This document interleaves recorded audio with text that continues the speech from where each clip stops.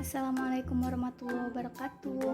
Nama saya Lia Melia. Saya peserta pelatihan dasar CPNS gelombang 8 angkatan 42 kelompok 1 tahun 2021. Di sini saya akan menjelaskan hasil resume komitmen mutu.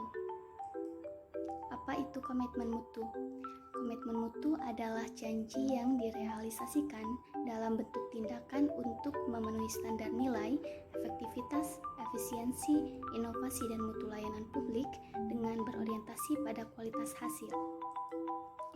Nilai-nilai dasar orientasi mutu. 1.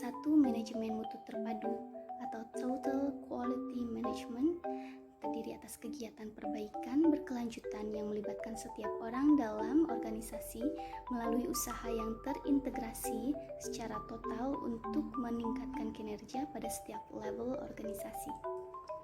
5 pilar QM, organisasi, produk, proses, komitmen, dan pemimpin. Organisasi merupakan pilar tengah yang membuat kerangka kerja berorientasi mutu. Produk yang bermutu sebagai hasil kerja organisasi diperoleh melalui proses yang bermutu, didukung dengan komitmen tinggi dari seluruh komponen organisasi.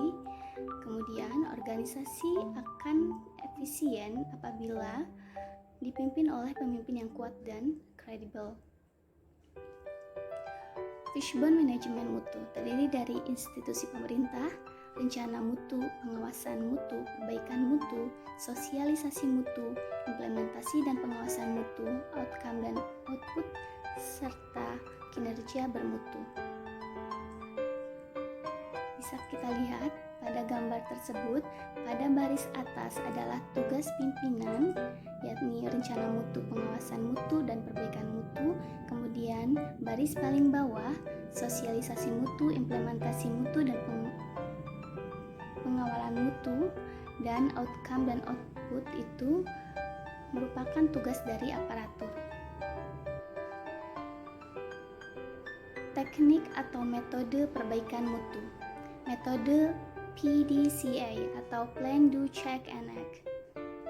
Plan atau perencanaan melakukan identifikasi berbagai permasalahan yang dihadapi, penyebab dan solusinya. Do, melakukan. Dalam tahap ini rencana aksi yang sudah disusun harus dijalankan secara konsisten oleh semua orang. Kemudian check, pemeriksaan. Tahap ini dilakukan pemeriksaan apakah rencana aksi yang sudah dilakukan telah berjalan dengan semestinya.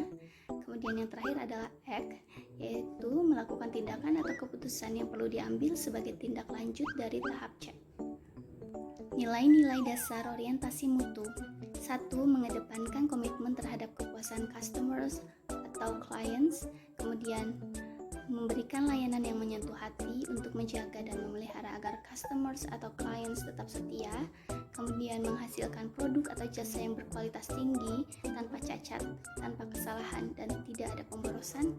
Kemudian beradaptasi dengan perubahan yang terjadi, baik berkaitan dengan pergeseran tuntutan kebutuhan customers atau clients maupun perkembangan teknologi. Menggunakan pendekatan ilmiah dan inovatif dalam pemecahan permasalahan dan pengambilan keputusan. Kemudian, melakukan upaya perbaikan secara berkelanjutan melalui berbagai cara, antara lain pendidikan, pelatihan, pengembangan ide kreatif, kolaborasi, dan benchmark. Implementasi mutu ASN dalam pelayanan publik. 1. Memahami tugas pokok, fungsi, dan peran yang diberikan institusi. 2. Memiliki kompetensi yang sesuai dengan bidang pekerjaannya. Ketiga, merencanakan target mutu layanan yang akan ditampilkan. 4. Memahami karakter customer atau pelanggan yang akan dilayani. Kemudian menguasai teknik pelayanan prima, melayani dengan hati, menerima kritik dan saran untuk perbaikan ke depan. Tanggung jawab mutu terdiri dari basic unit level, functional level, strategic business unit level, dan corporate level. Berdasarkan gambar di atas, tampak jelas bahwa tanggung jawab mutu ada pada setiap level organisasi, perbedaannya terletak pada ruang lingkup tanggung jawabnya. 3 tingkatan komitmen mutu. 1. Komitmen pada level organisasi. 2. Komitmen pada level hasil. komitmen pada level individu. Indeks kepuasan masyarakat diukur oleh 14 unsur. 1. Prosedur penelayanan. 2. Persyaratan pelayanan. 3. Kejelasan petugas pelayanan. 4. Kedisiplinan petugas pelayanan. 5. Tanggung jawab petugas pelayanan. 6. Kemampuan petugas pelayanan. 7. Kecepatan pelayanan. 8. Keadilan mendapatkan pelayanan. 9. Kesopanan dan keramahan petugas. 10. Kewajaran biaya pelayanan. 11. Kepastian biaya pelayanan. 12. Kepastian jadwal pelayanan. 13. Kenyamanan lingkungan. 14. Keamanan pelayanan. Landasan komitmen mutu terdiri dari nilai-nilai dasar pada pasal 4 dan kode etik pada pasal 5 layanan publik sebagaimana dituangkan dalam Undang-Undang Nomor 5 Tahun 2014 tentang ASN. Esensi komitmen mutu ASN. Dalam melaksanakan tugas dan fungsinya, setiap aparatur mesti dilandasi oleh kesadaran tinggi untuk memaknai esensi komitmen mutu dalam memberikan pelayanan kepada publik sesuai dengan ketentuan peraturan perundang-undangan.